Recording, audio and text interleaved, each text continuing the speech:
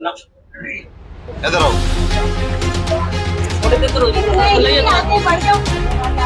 आओ जी। हाँ 19 में मिलेगा, 22 में हो जाएगा।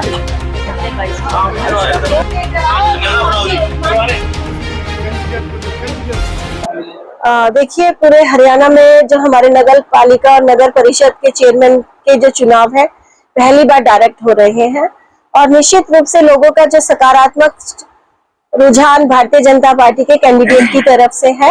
और पूरे हरियाणा के अंदर मैं दावे के साथ कह सकती हूँ 18+28 हमारी मैक्सिमम जो डायरेक्ट चेयरमैन है हमारे भारतीय जनता पार्टी के पक्ष में जीत कर आएंगे और इसी तरह पार्षद भी हमारे पार्टी के ज्यादा निकल कर आएंगे।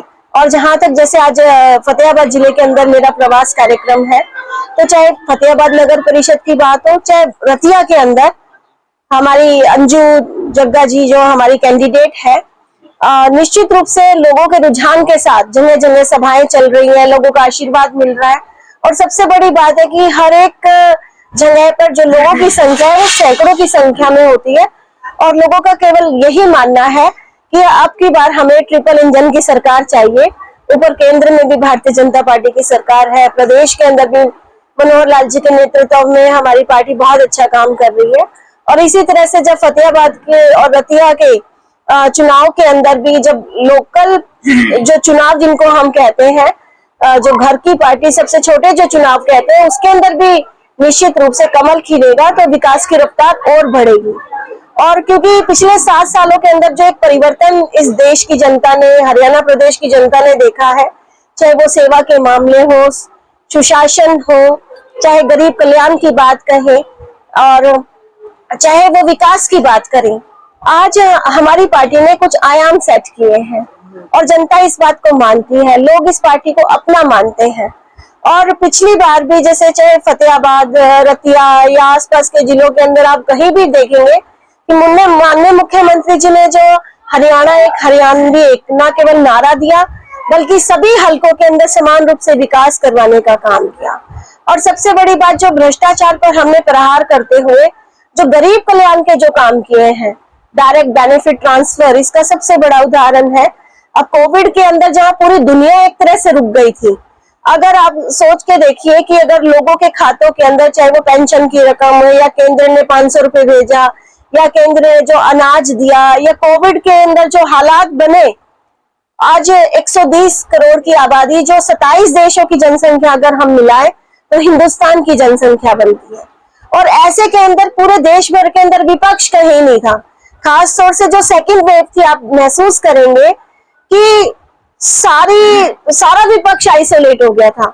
और ऐसे के अंदर भी जब अपनी जान की परवाह न करते हुए लोगों की सेवा करने के लिए अगर बीच में कोई था तो वो भारतीय जनता पार्टी का कार्यकर्ता था।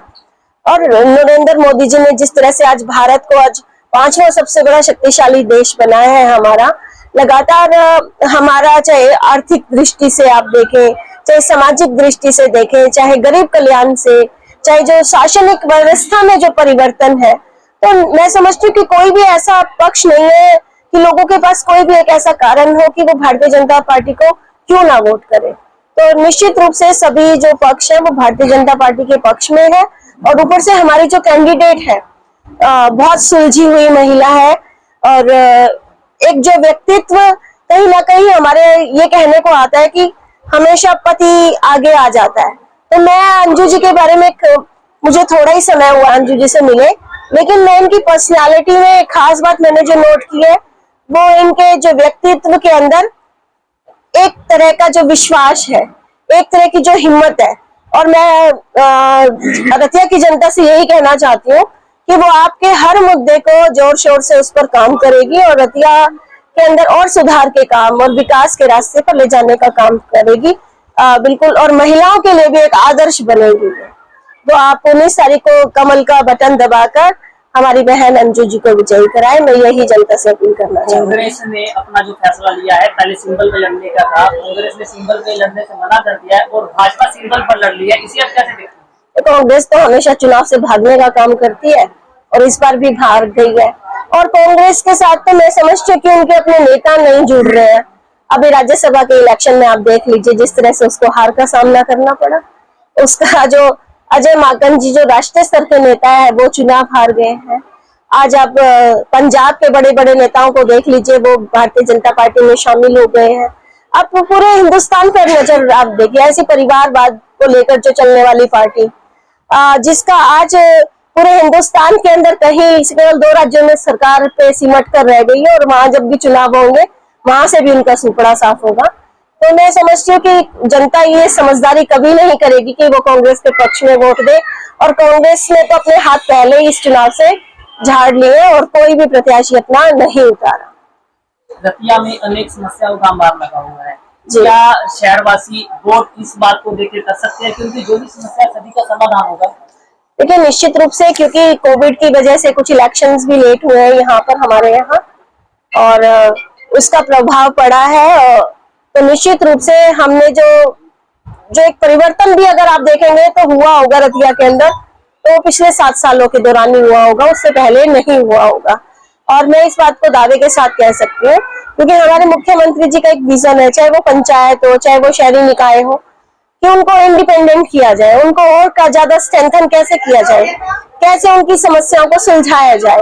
और कहीं ना कहीं ये जो समस्याएं हैं ये इंटर डिपार्टमेंटल ज्यादा होती है कि कुछ हिस्सा शहरों का पब्लिक हेल्थ के पास होता है, कुछ अर्बन लोकल बॉडी के पास होता है, पावर के अलग देखते हैं। तो इस तरह से एक सामंजस्य स्थापित करना पड़ता है। तो हमारे पास बेहतर हमारा जो प्रबंध करने के लिए हमारे चेयरमैन होंगे, हमारे विधायक होंगे, तो डेफिनेटली एक कड़ी से कड़ी जुड़ती चली जाएगी और जनता की समस्याओं का प्राथमिकता के आधार पर निपटारा भी होगा। बात की जाए हरियाणा में भाजपा कितने प्रधान हो सकते हैं भाजपा के? इन्होंने कहा कि हमारे तो 46 चुनाव है, 46 के 46 भाजपा के होंगे भाई।